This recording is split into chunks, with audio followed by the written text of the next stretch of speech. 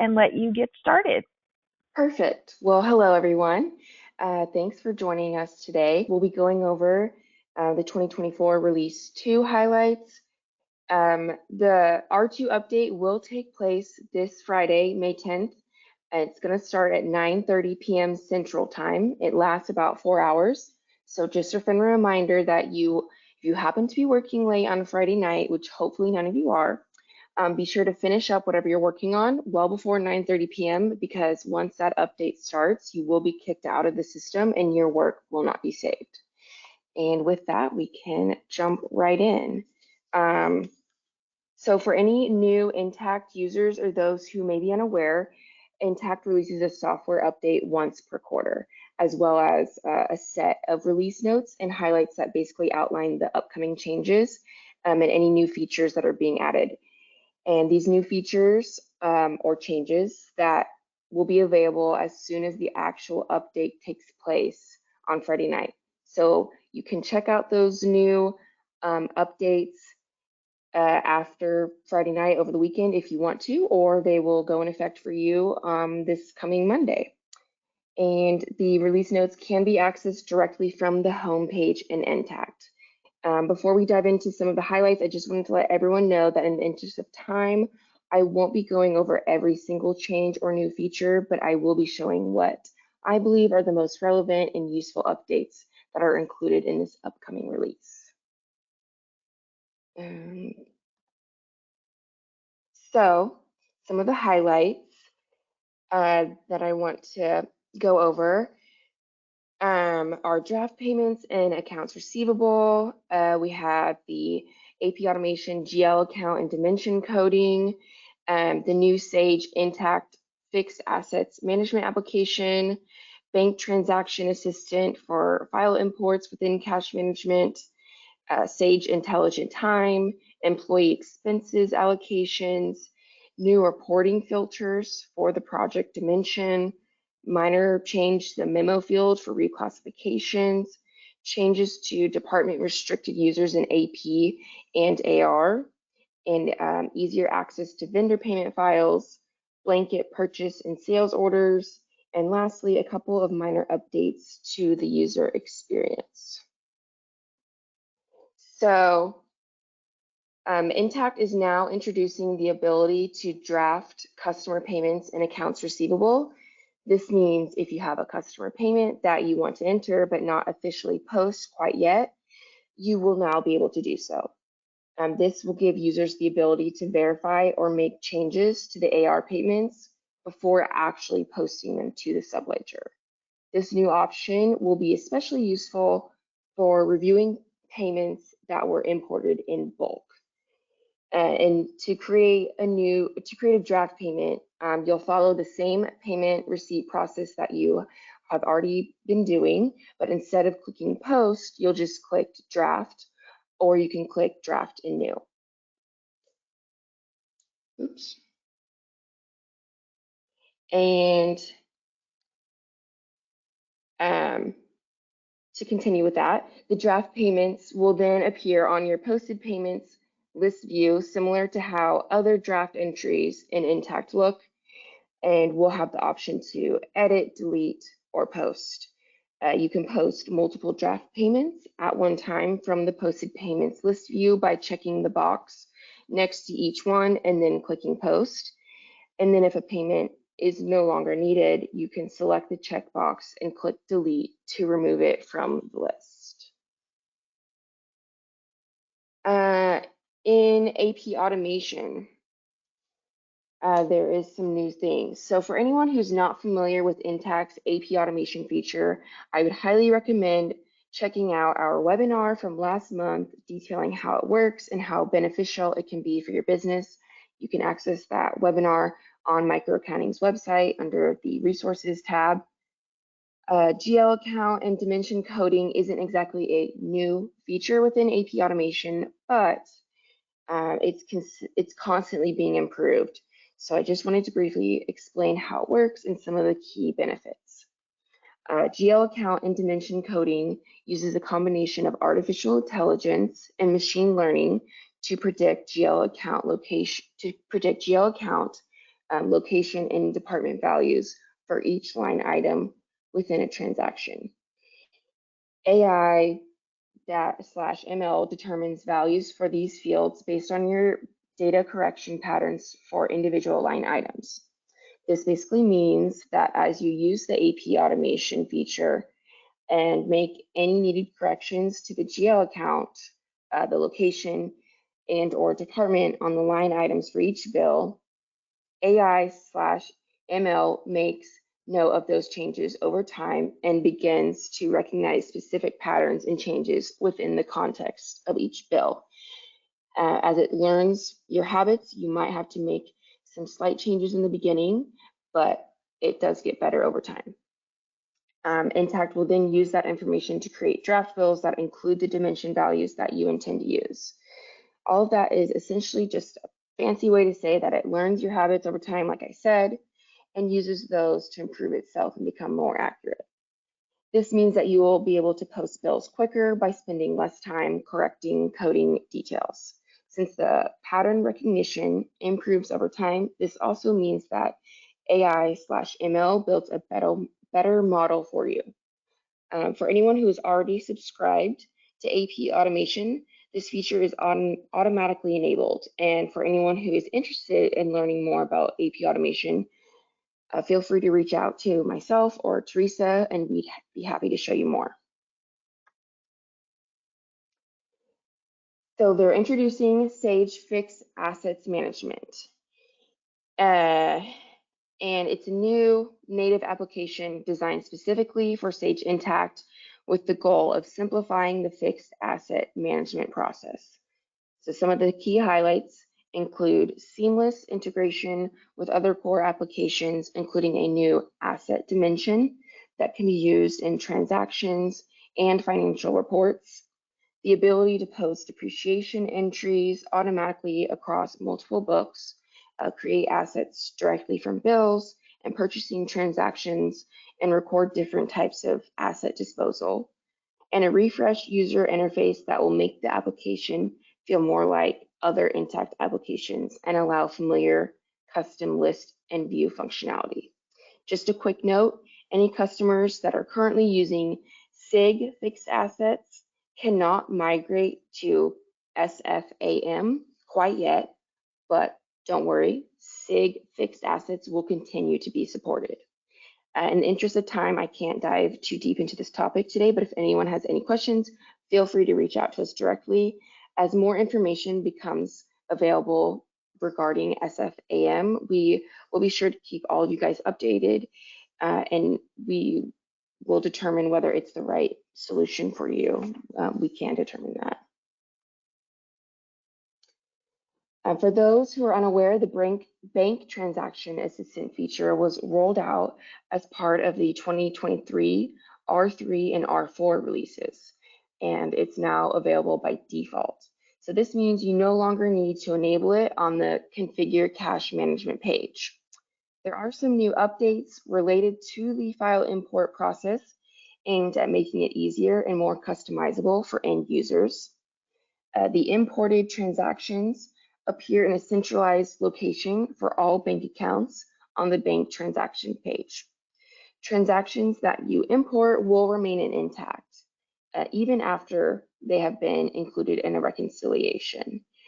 And there are more file types and file formats that are supported, such as XLS and XLSX file formats. That means you no longer have to use a CSV. You can use a 3-column or 4-column type. With a 3-column type, this means both positive and negative amounts appear in the same column. With a 4-column type, this means that there's one column for positive amounts and a separate column for negative amounts. You also have the ability to include additional columns for even more insight into transactions. And you will now be able to control which users can import bank transactions via user permissions. There will also be a new import activity list that provides added insight into your imports. And unfortunately, our preview company does not have this new feature enabled, so we won't be able to do a demo on this and couldn't include screenshots. But on the next slide, I will go into a bit more detail explaining how to set it up and how you guys can see it. So to set this feature up,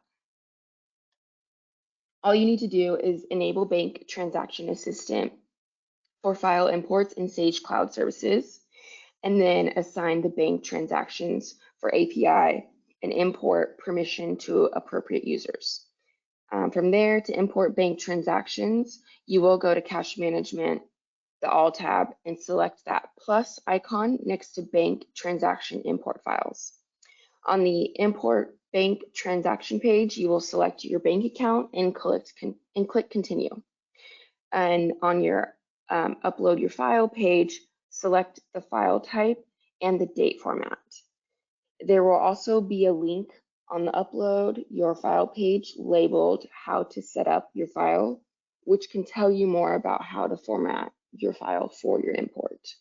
To view bank transactions, you will go to Cash Management, the All tab, Bank Transactions, and click View. Imported bank transactions appear on the bank transactions list and will remain there even after they are included in a reconciliation. This list will include transactions from both import files and bank feeds. But you can create a custom view that includes the source column to display where each transaction came from. Once again, I apologize for not being able to demo this or include any screenshots, but if anyone needs help getting this set up once the update is live, please reach out to us and we would be happy to help.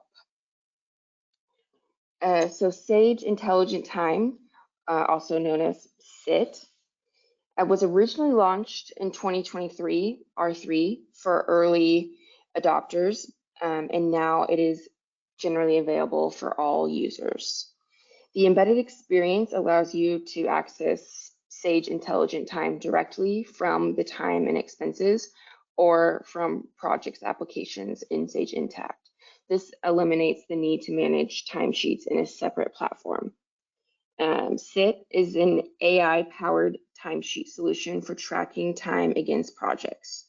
So how this works is the AI intelligently gathers and organizes activities during your workday, and then it suggests the activities for inclusion in your timesheets along with the associated client, project, and task information.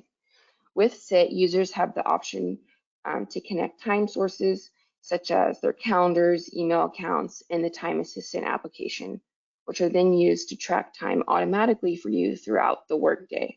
So it's similar to AP automation. As you continue to use SIT, the AI grows more intelligent and can suggest which projects and tasks the activities should be allocated to. And one final note, SIT was designed with privacy at its core, so it does not take screenshots, it doesn't track keystrokes or gather any location data, and you always have control over your data and timesheets. And SIT's AI simply acts as a helpful assistant that provides suggestions. Another new feature in the time and expense category is that Intacct now offers the ability to distribute employee expenses based on transaction allocations and an expense report. You can distribute employee expenses and credit card transactions linked to an employee. So previously, whenever you created an expense report, you would need to calculate the distribution and enter several lines for an expense item.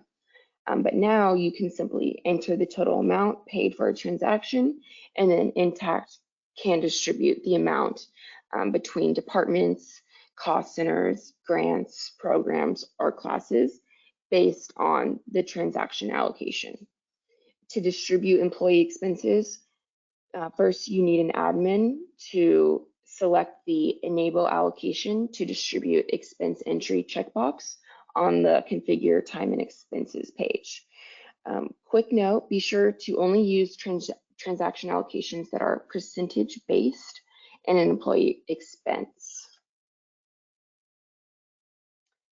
Scheduled reports can now be filtered by project or project group. So if you're filtering by project group, you can select the individual report option to divide the report into separate sections for each project in the group. Within the financial report writer, you can also preset the option to run as individual reports, which is done by selecting the checkbox next to the project dimension on the Filters tab. If this setting is enabled and you filter by all projects or by project group, the report will be divided into separate sections for each project. The Memo reclassification update is quick, but it's a convenient new feature in AP. So whenever you reclassify a bill and update the Memo field on the corresponding bill payment will also be updated. In the screenshots on this slide, you can see where I entered a bill and had the original memo as office rent April 2024. And then I posted and paid that bill. So the original entry to the GL for my AP account reflects that same memo. I then went back and reclassified the AP bill, updating the memo to office rent May 2024 and reposted it. The bottom screenshot shows the updated memo to the GL entry for my AP account. Just a quick note, if this bill was posted to a period that is now closed, you cannot update that memo field. Department restricted users can not approve or decline AP bills that contain line items coded to departments outside of their restrictions. So this matches the existing behavior for entity restricted users in AP and AR. Users can still approve or decline AP bills if all line items are within their restrictions. Similarly, entity restricted and department restricted users cannot post edits to AP bills or AR invoices that contain line items outside of their restrictions. These changes ensure that whenever users approve or decline bills, or whenever they make changes to an existing bill or invoice, they are doing so with full knowledge of all line items. So we have easier access to payment files. You can now generate and access payment files for ACH and bank file payments directly in Accounts Payable.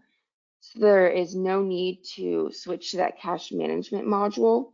However, the permissions for this function still remain in cash management. So in order to give AP users access to the payment files submenu, you will still need to grant the ACH and/or bank file permission to users in cash management. Moving on to blanket purchase orders and sales orders, you can now easily bill for and purchase services and other non-inventory items based on a set billing value or against a set purchasing value by using blanket sales or purchasing orders. The process is very similar between the two, but since we have a few more clients using purchasing over order entry, I will explain it from that perspective. So using the purchase order workflow, you can now convert purchases of billable services to automatically draw against an approved blanket purchase order amount. To put it in more simple terms, you can now enter a blanket purchase order for vendors that you regularly purchase from, and then you can draw against that balance by converting purchasing transactions by amount and tracking the remaining balance. Once you set this up and you're managing blanket purchase orders, you will need to complete the following tasks. Configure purchasing to enable conversion by price, and you want to choose whether to allow override on conversion type for pre-existing transactions. So the first step in enabling calculation of blanket purchase order values is to go to purchasing and then setup, configuration tab, or the setup tab and then configuration. Then in the enable functionality section, you'll want to select the enable price conversion. And once you enable that, it cannot be deactivated. If you want to be able to override non-inventory transactions by price, select the enable override on transaction conversion type, then click save. In order to change a line item conversion type on a purchase transaction, you will need to go to Purchasing, Transactions, and then choose a transaction type. Select a transaction and then click Convert to choose an available transaction name from the pop-up list. Choose a line item and change the conversion type column entry to price. Select Post to submit the transaction, or you can select Draft to save it for later. So there have been updates to user experience. This isn't necessarily a new feature, but they're constantly making updates to the user interface. So for those who haven't played around with this, the list enhancements, we recommend doing so. In order to do this, all you have to do is turn on list beta interface, and then you can personalize your list views, leverage advanced filters, manage lists, and record details side by side. The next big update is in cash management. On the Reconcile bank account and Reconcile credit card account pages, match transactions is now labeled as clear transactions. So don't freak out on your next bank reconciliation.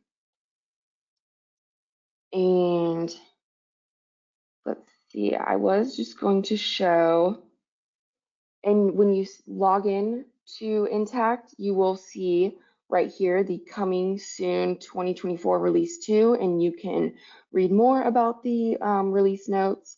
I wanted to highlight one more thing. Don't forget about how you can go to any page, and if you need more help, you can always click up here in the top right, Help and Support, and then you can click Help on this page, and it pulls up the Help Center, and it will take you step by step and give you more information, and there's plenty of sections. They are constantly making updates to this Help Center, especially with the new releases. They roll out more videos and more notes and stuff. So I use this like Google for Intacct. It is very helpful.